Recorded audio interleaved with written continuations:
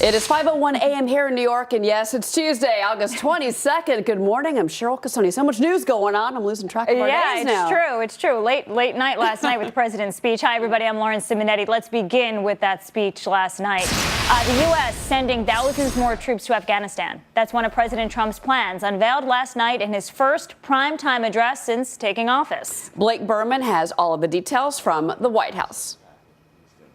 The commander-in-chief announcing a new strategy in Afghanistan. The president did not say how many more troops will be headed to Afghanistan, but a senior U.S. official told Fox 4,000 more have been authorized to head into that country. Currently, 8,400 troops are on the ground in Afghanistan.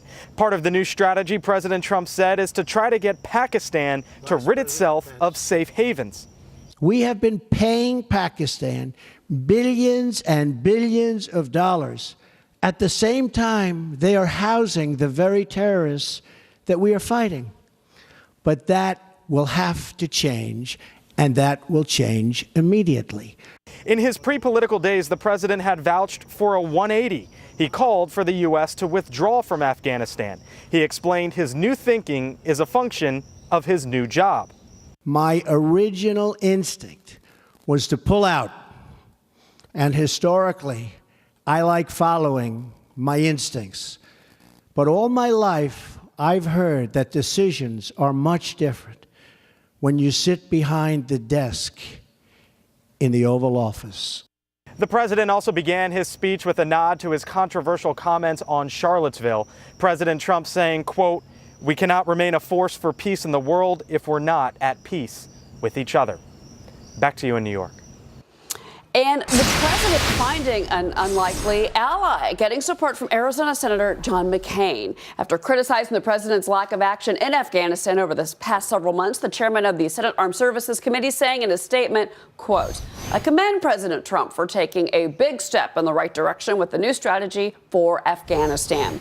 Senator Lindsey Graham also welcoming the president's decision. I'm proud, I'm relieved. I'm proud of the fact that President Trump made a national security decision, not a political decision. I'm proud of the fact that he listened to the generals, and most proud of the fact that he shows the will to stand up to radical Islam.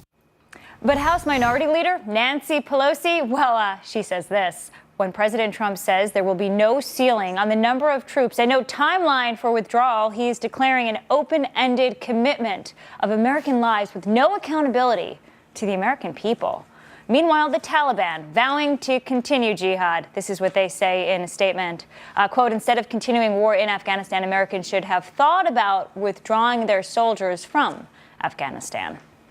Well, for reaction to the president's address to the nation last night, former senior military officer Steve Rogers joins us now. Steve, good morning. Good morning to you. Let's first talk about this 4,000 troop level. You know, the language as well from the president, very strong. This is about killing terrorists. This is not about, rebuilding the nation. This is about going in and getting the bad guys. How did you feel about the president's remarks last night? President Trump made America proud. He made America proud last night by clearly articulating a strategy to win. He made it very clear that the military is not there to nation build. They're there to kill terrorists. He created a strategy that's going to win this war.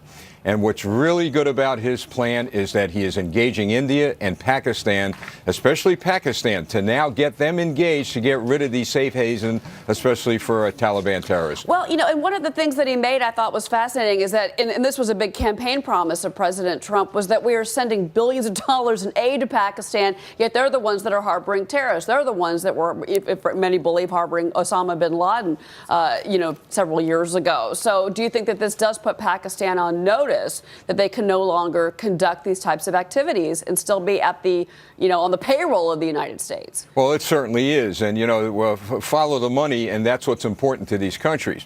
But what I liked about the president's strategy and plan is he kept his word that he's not going to signal as to troop increases. He's not going to signal as to where we're going to attack.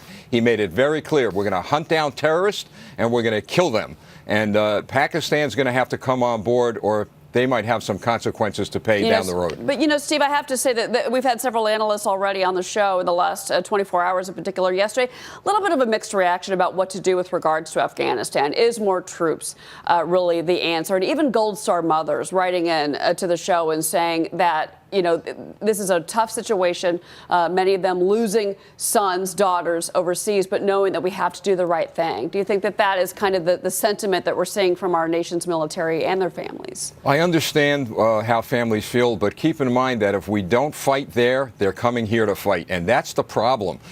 We saw what happened in Iraq by our troops pulling out. If we pull out of Afghanistan, they're going to create their bases there, and they're going to come here to kill us. He is going to make sure that that's not going to happen.